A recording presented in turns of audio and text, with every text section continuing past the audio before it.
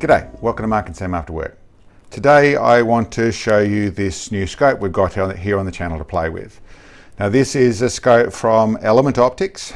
It's the THEOS and it's a 6 to 36 by 56 mil in first focal plane rifle scope, tactical rifle scope.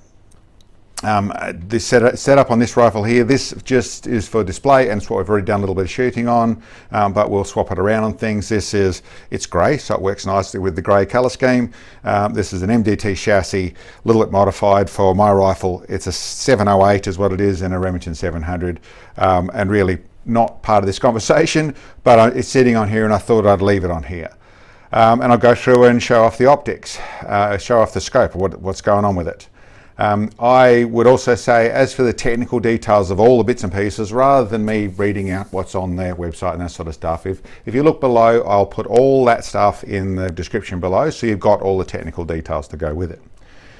What I found of the scope is really what I want to tell you and how it actually worked. To start off with, listen, it is already has a very familiar feel to it. It's a 34mm tube, nice big turrets. The reticle is very, listen, it's a bit like a Horus. It's a Christmas tree type of thing of their own design, but nice and simply designed. In the way the glass quality is, it's right up there. It's in top tier glass. Now, I'm not a glass connoisseur, so as to a perfect or the people who want to go to the nth level, I don't know, and I don't try and use glass that way. I do use it with how my eye uses it and what I can see, how clear it is. And from what I've tested so far, it's right up there. It works very well. I did set up some video, set it up in my jig and went out there and did some video with it so you can see this, see what the reticle looks like.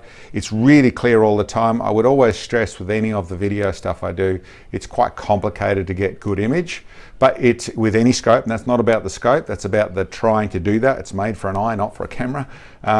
But ended up very nicely and I was very happy with it, really good. I like their reticle for what it is. I tend to be a plain reticle man, just a straight reticle in there with no extra dots and bits and pieces. But the way I've done this, it really isn't obtrusive and it works very well. So super happy with the way the reticle worked. Glass-wise, like I said, it's right up there. The only place I've actually used it properly so far in the way of shooting, and I've got stuff to come, I will use this in an ELR stuff as well, but is at like 1200 yards where I set up a target to do some testing, and I just had a little like 1 inch round dot down there at target at 1200 yards away on a piece of wood, piece of melamine, and I zoomed in and I could actually see it to the point where I could even see some of the bullet holes at that distance. Was a little bit more in the bullet hole with the fact the wood had popped off a little bit, you could see more of it, but could actually see that. So I was very happy with the glass quality. As for the way the reticles work, way the turrets work and that sort of stuff, they have a very simple zeroing system, so being able to screw off on both sides, you can screw off the thing and then move it to get to your zero side of things. They have nice firm, so setting up with a zero stop, sort of, it's all figured out. That stuff that in their instruction goes through, but it's not too complicated to use. The actual feel of it, nice, solid feeling, sort of clicks. That works really well, really happy on that side of things. Nice, easy to read bits and pieces on this stuff as well. So it's in a mil. I tend to be MOA, but mil works as suits most of the world. So I'm quite flexible with that as well, so that worked well for me. This does have they talk about in their instructions or the specifications that it's got 30 mil usable in elevation. The way it's actually working with their turret system is it gives you 23.5 in an easy access. So you go around, it's got a nice little indicator. This doesn't raise up, it actually stays flat. It's got a little indicator, which I'll do a little video that shows you as it goes from one rotation to the next rotation. So that moves around and then goes around and then it stops. If you free it and then go to the other side, you can keep going. And in what I've tested, an actual internal elevation, there is around 35 millimeters, 35 mil or mil radium of adjustment in there. And when I checked it, it was clear from top to bottom. So I might do my own little playing around with that so that I can actually wind it right up on that level, but worked well. And like I said, clear from top to bottom. The basic tracking I've done in viewing and looking at that sort of stuff is spot on. No issues with the tracking from what I see. Not a full test, but what I've done I'm very happy with. Windage, same sort of deal. You've got a little thing you screw off the side to be able to zero it. It is at the moment, there's a little limiter in there that stops you at, I think it's 5 mil. It stops you at 5.5 mil. Or just on 6 mil it stops you. So one way or the other way. So very much set up to suit your PRS guys and in your moderate range stuff where you stop at that 5 mil. Keep in mind 5 mils around about, or the 5.5 mil, so we're talking, I haven't done the maths properly, but around the 20, not quite that much, but in the MOA, that sort of neck of the woods. There is just a little thing in there which I could do some tweaking with myself and then go further. But listen, for what it's designed for, really nice. The feel on all your other bits and pieces, from the parallax side of things to the power adjustment side of things, really nice. This has the option of this little extra knob that can go in a couple of different places to go on here to make it a throw lever for your power. Don't need it, it was on there and there's nothing wrong with it. Works really nicely, so really happy with it. It has the fast focus lens down the back here. I'm not a giant fan of them. I sort of prefer a fixed thing that you can lock up on that side of things.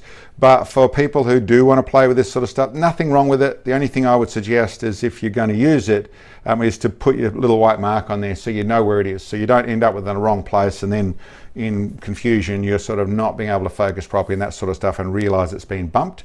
But that's simply fixed. Very easy to focus, really easy in that score. The simple fix is to go through the little dot on there so you know where your focus is.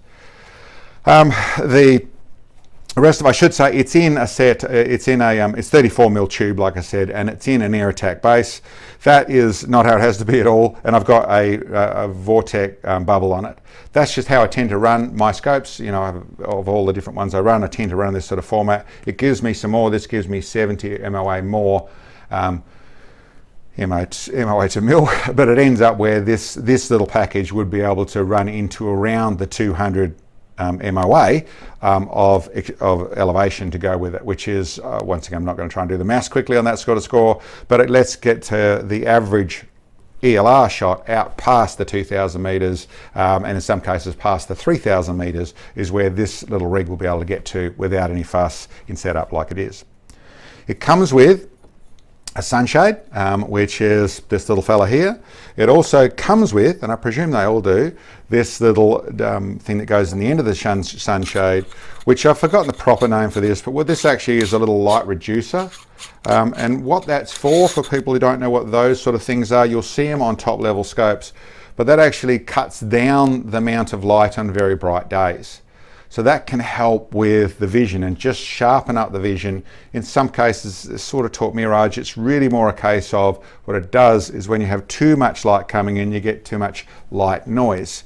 So by cutting it down to a small aperture, you end up with cleaner, less light coming in, which on a bright day is still way enough to see properly, but you end up with a clearer image because there's less rays of light coming in. I won't try and complicate it much more than that, but that's what it's actually for. It actually refines things. It's a little bit like for people who know with poor eyesight, that sort of stuff, that you can squint and get clearer vision by squinting, and you can actually see it clearer. Well, this is sort of a little bit like squinting to get clearer vision in very bright days, and especially with extreme long range shooting.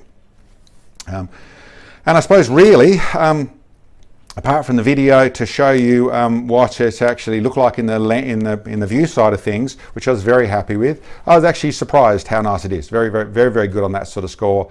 Got to use it some more, go out and play with it, and you'll see it in the field. That's really how I like to sort of show this stuff off. It's not what the gab says, that I'm actually using it and it's working well.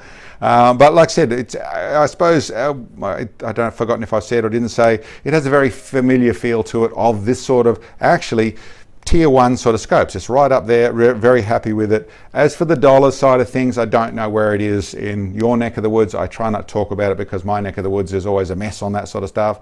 But something to look up. I think it's very reasonable priced. And the only other feature which I haven't mentioned in here is this crew, I think, and I don't know them well enough, but I think they're from the air gun world, is what I've read, some of that sort of stuff there. And I would suggest that makes sense because we've got a parallax right down to 10 yards. Up to infinity, but right down to 10 yards. So it's one that can actually go into the places where I'm shooting very close, whether that's rimfire or that's air rifles. This scope is still right up to that sort of form. And like I said, for me, even in the ELR side of things, as much as it's more set up for the PRS and your closer or your normal long range stuff, it's set up to in the limitations that it's got on these turrets. With a little bit of tweaking, it's going to be able to go past that point. So I don't know if that's something I should say out loud or not, but it's certainly something that I'll be looking at. Okay, that's going to get on. That, well actually I'll zoom up in this scope, see what I can. That's good, that's very clear. Right up there in the glass and all that sort of stuff. Awesome. See the red dot? So, that's the correct fine tune from here, but you tell me where we go. Rightio, ready. Just off the air. Oh no, went through. So bottom left.